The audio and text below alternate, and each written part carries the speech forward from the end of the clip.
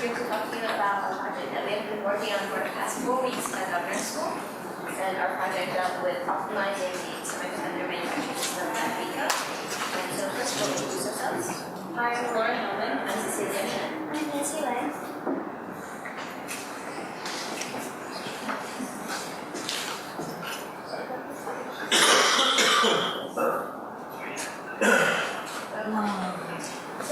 Our main goal for this project was to make the semiconductor manufacturing process at Pico more efficient. We worked with metal organic chemical wafer deposition machines, of which Pico is the largest provider. And here's a picture of one. These machines are what manufacture semiconductors. And so when we make these machines more efficient, we save both time and money, and potentially we would reduce the cost of semiconductors.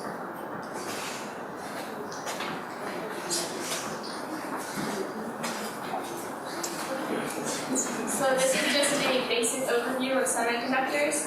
And semiconductors are materials that have an electrical conductivity between that of an insulator and a conductor. And this is a very important thing because they can be used to make electrical components such as laser diodes, LEDs, solar cells, and transistors. And the semiconductors that we work with were used to make LEDs and laser diodes. And they used gallium nitride, which is a compound semiconductor. And compound semiconductors are important because they can change their properties easier than elemental semiconductors, but they are also more expensive to manufacture.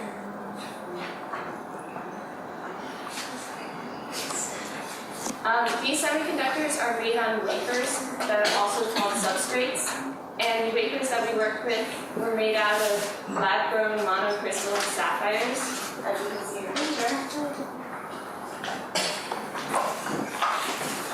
So on those wafers, the semiconductor material is usually composite, as Laura mentioned. The semiconductors that we have worked with for this project is gallium nitride, and so the chemical process through which gallium nitride is deposited onto wafer happens in this reactor. So this reactor has a couple of components. First, there's a rotating platform at the bottom where the wafers, the little gray blocks, are placed, and it spins around at around 100 burning ends. And then the entire reactor is heated a lot, at around 500 to 1100 degrees Celsius, and the hottest part would be near the bottom where the wafers are. So when they need to make the semiconductors, they inject gases, including both alkyls and hydrides, into the reactor. Gases sink down, forming the passing arrow. When they get down to the highest temperature part, they start to decompose into their constituent parts, such as gallium and nitrogen. The gallium and nitrogen deposit onto the wafers, forming a lattice structure of gallium nitride, a semiconductor. These semiconductor wafers are placed on carriers that are made out of graphite coated with silicon carbide. And these carriers can hold a number of different semiconductor wafers depending on what the customer wants. And they also have a dimple to indicate where the first wafer is, so that the machine can find it using a laser.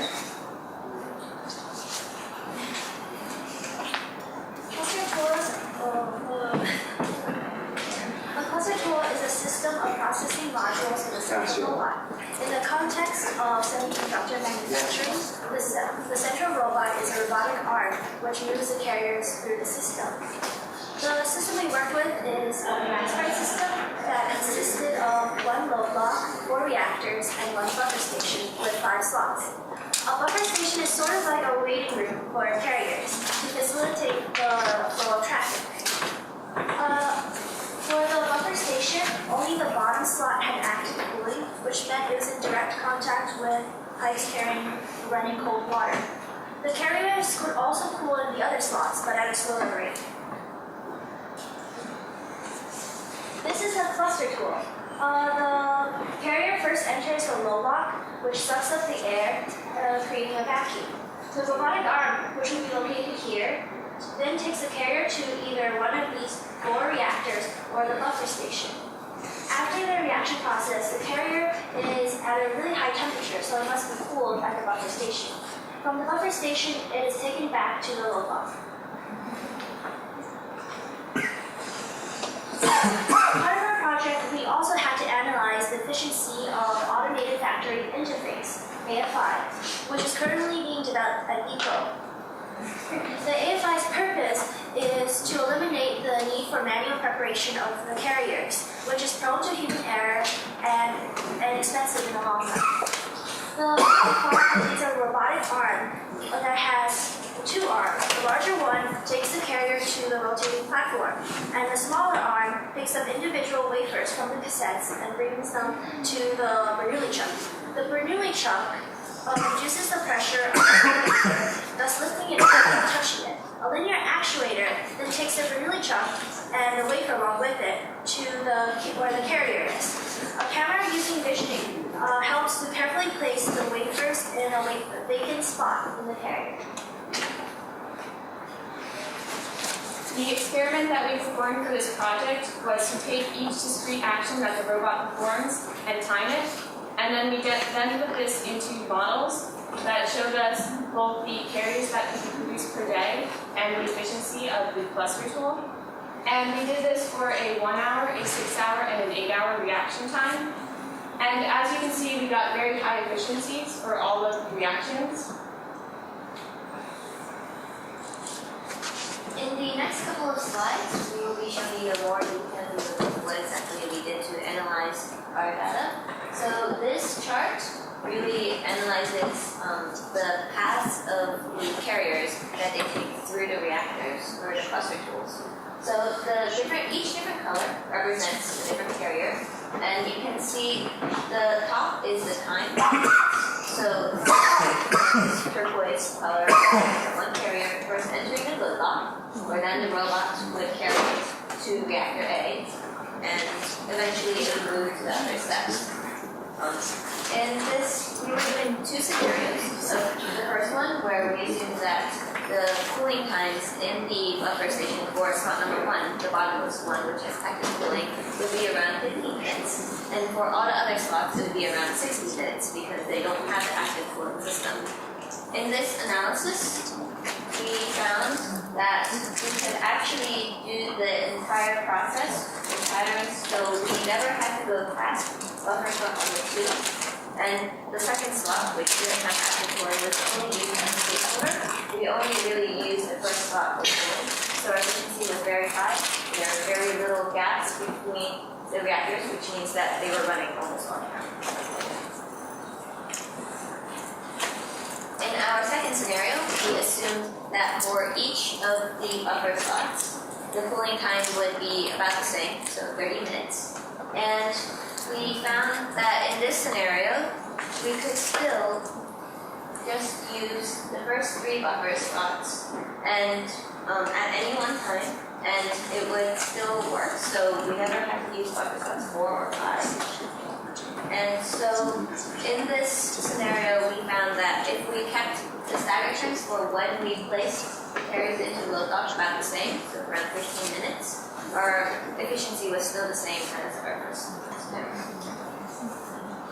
We did a similar analysis for the 6 and 8 hour times, and we found that we only needed to use buffer slot 1, so buffer slots were not a problem for this reaction, and it didn't matter whether we used 15-minute cooling or 30-minute cooling because the process times are so long.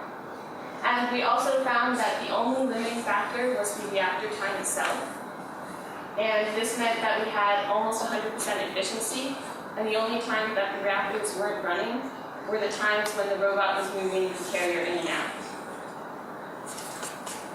And as you can see, there are no gaps in the reactor.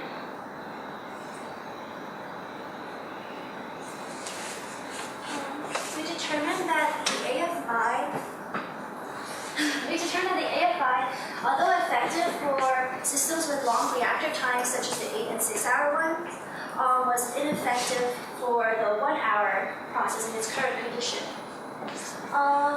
We first tried to analyze AFI without using any of the 8 AFI buffer slots, but that proved difficult since the AFI could not load and unload at the same time. And then in this graph, we tried analyzing the FI by preparing 8 backup carriers before loading the reactors. However, they soon depleted. And in addition, the gaps jumped from 2 minutes to 3 minutes until eventually there was a huge period of reactor inactivity over here. And so the X's, that you can see, represent how much more time the carriers had to stay in the reactors and the cooling systems than necessary. One of the reasons why the AFI takes 15 minutes to unload is because it has to realign the carrier each time. Since there's slight slipping when the reactor first starts up, the static friction between the rotating mechanism and the carrier isn't strong enough to hold it in place.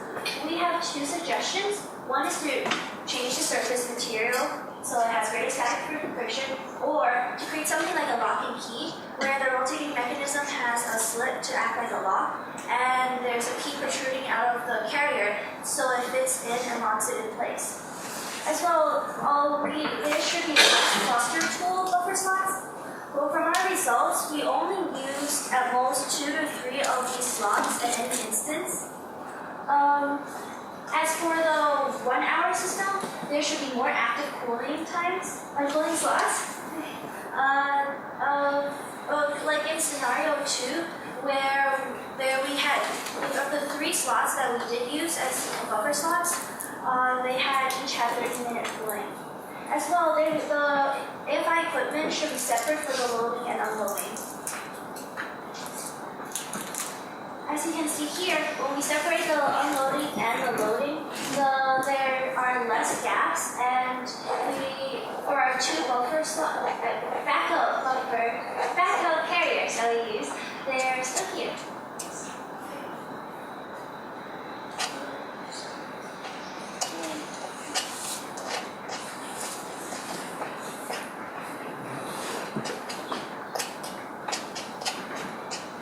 And we would like to thank our mentors and Vetri for helping us with this project and all of our other sponsors.